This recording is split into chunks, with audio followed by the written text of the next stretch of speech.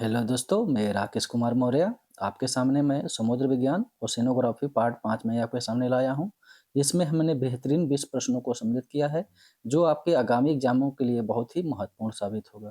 दोस्तों, जितने भी ये 20 प्रश्न हैं बहुत ही महत्वपूर्ण हैं, मोस्ट इम्पॉर्टेंट हैं। आप देखिएगा, जितने भी प्रश्न हमने इसमें सम्मिलित किए हैं बहुत ही महत्वपूर्ण हैं। बहुत सारे तो पूछे जा चुके हैं और बहुत सारे पूछे जाने की संभावना है।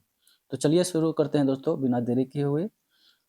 अगर आप NEET, JRF, assistant professor, TGT, PGT या जीटीसी, जीएससी की तैयारी कर रहे हैं तो आप हमारे यूट्यूब चैनल आर के जियो वर्ल्ड 0.2 से अवश्य जुड़े और अपनी तैयारी को बेहतरीन बनाइए दोस्तों।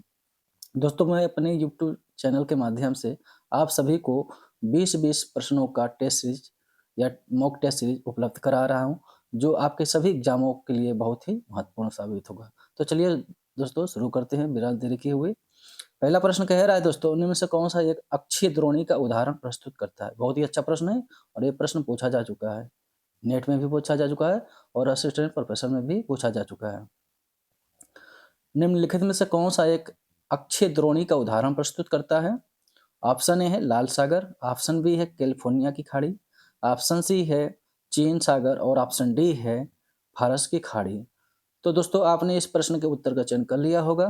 दोस्तों, इसका जो सही उत्तर है वो ऑप्शन ए लाल सागर। लाल सागर एक अक्षीय द्रोणी का उदाहरण प्रस्तुत करता है।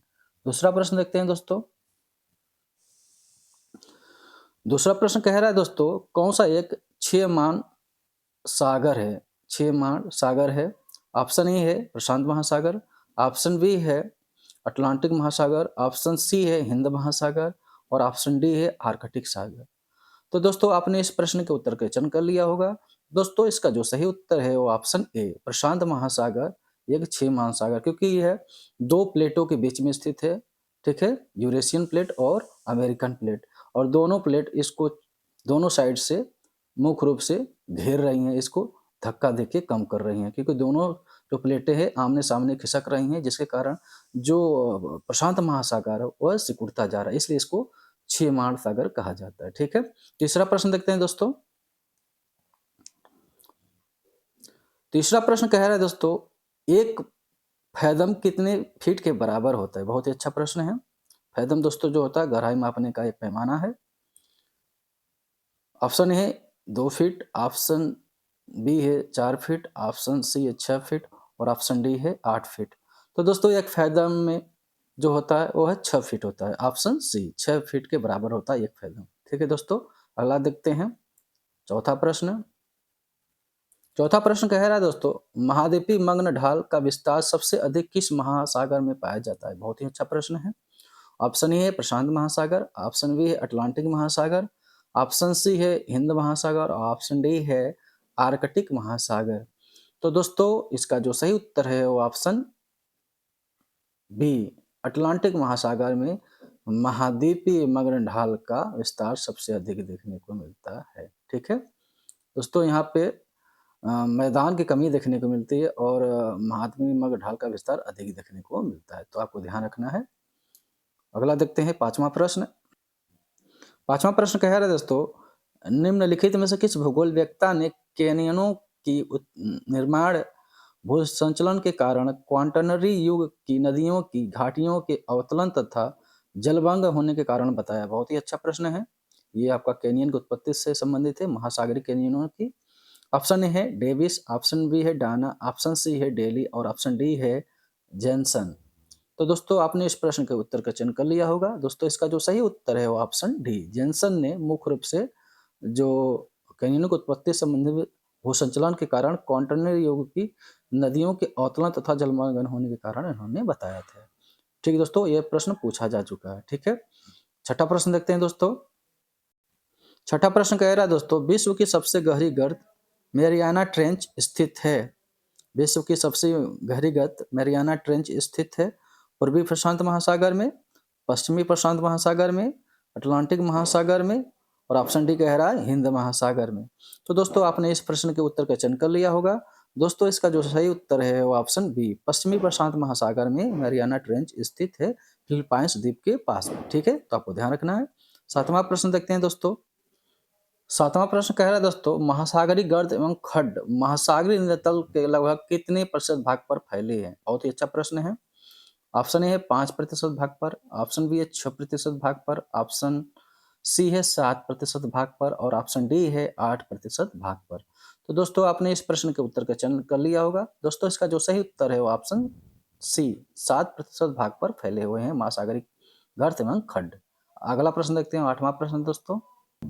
8वां प्रश्न कह रहा है दोस्तों, टेलीग्राफ पठार किस महासागर में स्थित है? बहुत ही अच्छा प्रश्न है, ये प्रश्न पूछा जा चुका है। टेलीग्राफ पठार किस महासागर में स्थित है? ऑप्शन ए है अटलांटिक महासागर में, ऑप्शन बी है प्रशांत महासागर में, ऑप्शन सी है हिंद महासागर में और ऑप्शन डी है दक्षिण सागर में। तो दोस्तों आपने इस प्रश्न के उत्तर का चयन कर लिया होगा। दोस्तों ये इसका जो सही उत्तर है वो ऑप्शन ए अटलांटिक महासागर में, ठीक है। ग्रीनलैंड के दक्षिण में टेलीग्राफ पठार स्थित है, आपको ध्यान में रखना है दोस्तों। अगला देखते हैं 9वां प्रश्न। 9वां प्रश्न कह रहा है दोस्तों, निम्न से कौन सा एक सही सुमेलित नहीं है? बहुत अच्छा प्रश्न है। एक ओरी गर्त दिया है, एक ओरी महासागर। ऑप्शन ए कह रहा है करमांडेक गर्त स्थित है प्रशांत महासागर में, यह सही सुमेलित है। बी कह रहा है सुंडा गर्त हिंद महासागर में, यह भी सही सुमेलित है। सी कह रहा प्लेनेट गर्त प्रशांत महासागर में, यह भी सही सुमेलित है। और डी कह रहा वाल्डिविया गर्त हिंद महासागर में। दोस्तों वाल्डिविया जो गर्त है वो हिंद महासागर में नहीं है, ये है आपका अटलांटिक महासागर में। तो ये आपका डी सही सुमेलित नहीं है, ठीक है। अगला प्रश्न देखते हैं 10वां प्रश्न दोस्तों। 10वां प्रश्न कह रहा है दोस्तों, महासागरीय खड्डों की तली में सागरी जल का घनत्व महासागरीय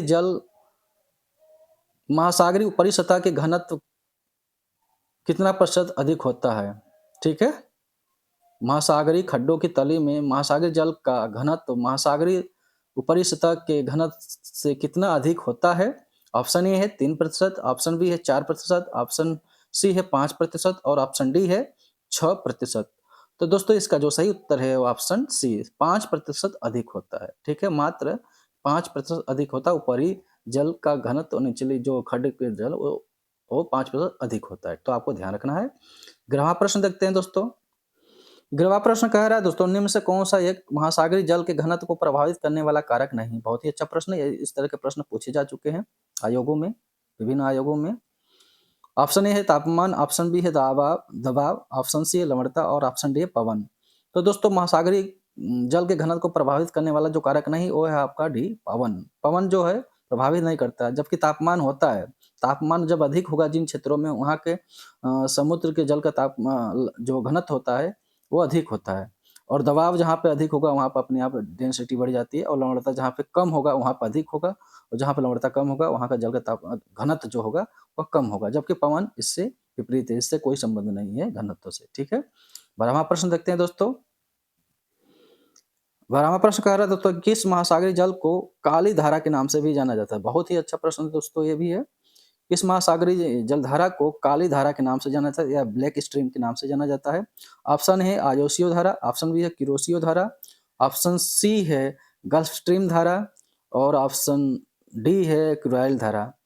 तो दोस्तों इसका जो सही उत्तर है वो ऑप्शन ए आयोसियो धारा को मुख्य रूप से आपका काली धारा के नाम से जाना जाता है, ठीक है। अगला देखते हैं 13वां प्रश्न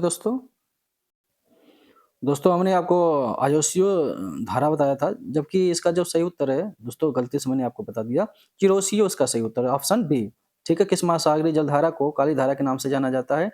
तो किरोसियो जलधारा को काली धारा के नाम से जाना जाता है। क्यों जाना जाता है? क्योंकि ये बहुत अधिक नीला है, ठीक है। ये जो जलधारा बहुत अधिक नीला होने के कारण ये काला दिखाई देता है, इसलिए इसको काला धारा के नाम से जाना जाता है। जापान के लोग इसको काली धारा के नाम से पुकारते हैं, ठीक है। इसके रंग के कारण इसको काली धारा कहा जाता है, डार्क नीला के कारण। 13वां प्रश्न देखते हैं दोस्तों। 14वां प्रश्न कह रहा है दोस्तों, महासागरीय लवणता में वृद्धि करने वाला कारक नहीं है। महासागरीय लवणता में वृद्धि करने वाला कारक नहीं है।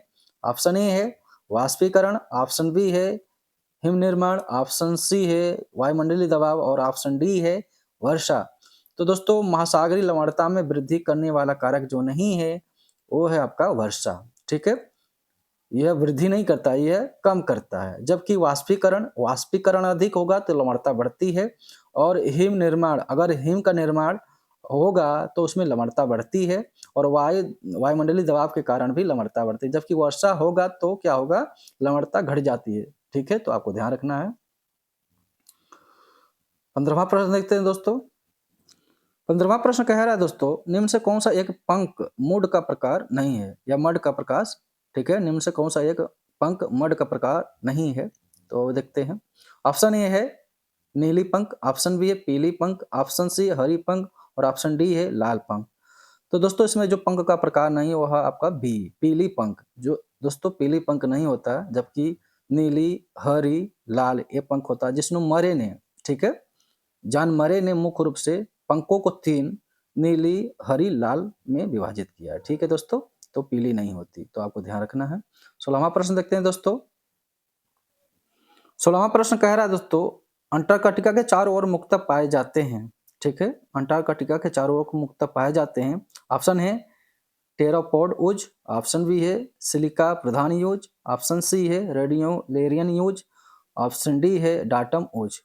तो दोस्तों आपने इस प्रश्न के उत्तर का चयन कर लिया होगा। दोस्तों इसका जो सही, ये प्रश्न पूछा जा चुका है दोस्तों, इसका जो सही उत्तर है दोस्तों ये है आपका डी, डाटा मूज अंटार्कटिका के चारों ओर देखने को मिलता है। यह आपसे पूछ सकता है कि दक्षिणी महासागर में कौन से पंख अधिक देखने को मिलते हैं, तो आपको ध्यान रखना है डाटा मूज। ठीक है, तो आपको ध्यान रखना है। 17वां प्रश्न देखते हैं दोस्तों। 17वां प्रश्न कह रहे हैं दोस्तों, निम्न से कौन सा एक हेमीपेलेजिक निक्षेप के अंतर्गत नहीं आता। हेमीपेलेजिक निक्षेप के अंतर्गत नहीं, हो सकता है आप पहली बार प्रश्न देख रहे हो दोस्तों। ऑप्शन ए है हरी पंख, ऑप्शन बी है ज्वालामुखी पंख, ऑप्शन सी है प्रवाल पंख और ऑप्शन डी है टेरापोड ऊज। तो दोस्तों इसका जो सही उत्तर है वो ऑप्शन डी, टेरापोड ऊज जो होता है दोस्तों वो हेमीपेलिक के नहीं अंतर्गत आता है, जबकि हरी पंख, ज्वालामुखी पंख और प्रवाल पंख ये आपके हेमीपेलिक के अंतर्गत आते हैं। ठीक है, अगला देखते हैं 18वां प्रश्न। 18वां प्रश्न कह रहा है दोस्तों, गहरी महासागरीय तलियों पर मंद गति से निक्षेपित होने वाले पदार्थों को क्या कहते हैं। बहुत ही अच्छा प्रश्न है, इस तरह के प्रश्न आयोग द्वारा पूछे गए हैं। ऑप्शन ए हिमतुल, ऑप्शन बी है पेलेजिक पदार्थ, ऑप्शन सी है फुटकर अवसादीकरण और ऑप्शन डी है पंख। तो दोस्तों महासागरीय तलियों पर मंद गति से निक्षेपित होने वाले पदार्थों को पेलेजिक निक्षेप पदार्थ कहा जाता है या निक्षेप कहा जाता है। ठीक है, तो आपको ध्यान रखना पेलेजिक पदार्थ। ठीक है, 19वां प्रश्न देखते हैं दोस्तों। 19वां प्रश्न कहा था दोस्तों, किस महासागरीय धारा को यूरोप का कंबल कहते हैं। बहुत ही अच्छा प्रश्न है, ये भी बहुत सारे परीक्षाओं में पूछा जा चुका है, चाहे वो आपका टीजीटी पीजीटी हो, चाहे जैसी जीडीसी हो, चाहे असिस्टेंट प्रोफेसर हो, चाहे आपका यूजीसी नेट हो, सभी में ये पूछा जा चुका है। किस महासागरीय धारा को यूरोप का कंबल कहते हैं। ऑप्शन है ब्राजील धारा, ऑप्शन बी है कनारी धारा, ऑप्शन सी है क्यूराइल धारा और ऑप्शन डी है गल्फ स्ट्रीम धारा। तो दोस्तों इसका जो सही उत्तर है वो ऑप्शन डी, गल्फ स्ट्रीम धारा को मुख्य रूप से यूरोप का कंबल कहते हैं, क्योंकि दोस्तों जो गल्फ स्ट्रीम धारा है वो गर्म जल धारा है, जो अमेरिका और कनाडा जो है उसके पूर्वी क्षेत्र से प्रवाहित होते हुए, ठीक है, उसके पूर्वी तट से प्रवाहित होते ही है यूरोप की ओर मुड़ जाती है। और जब ये यूरोप के यहाँ जाती है, क्योंकि यूरोप जो है उच्च अक्षांशों में स्थित है जहाँ पे सर्दी का मौसम अधिक देखने को मिलता है, जब वहाँ पे जाती है तो वहाँ के तापमान को बढ़ा देती है, जिसके कारण इसको यूरोप का कंबल कहते हैं। ठीक है दोस्तों, तो आपको ध्यान रखना है। और कभी कभी इस गल्फ स्ट्रीम में पूछ के आपको उत्तरी अटलांटिक ड्रिप भी पूछ देता है, तो आपको ध्यान रखना है, क्योंकि उत्तरी अटलांटिक जो ड्रिप होता है वो आपका और गल्फ स्ट्रीम का ही भाग होता है। ठीक है, तो आपको ध्यान रखना है। 20वां प्रश्न देखते हैं दोस्तों, इस भाग का आखिरी प्रश्न।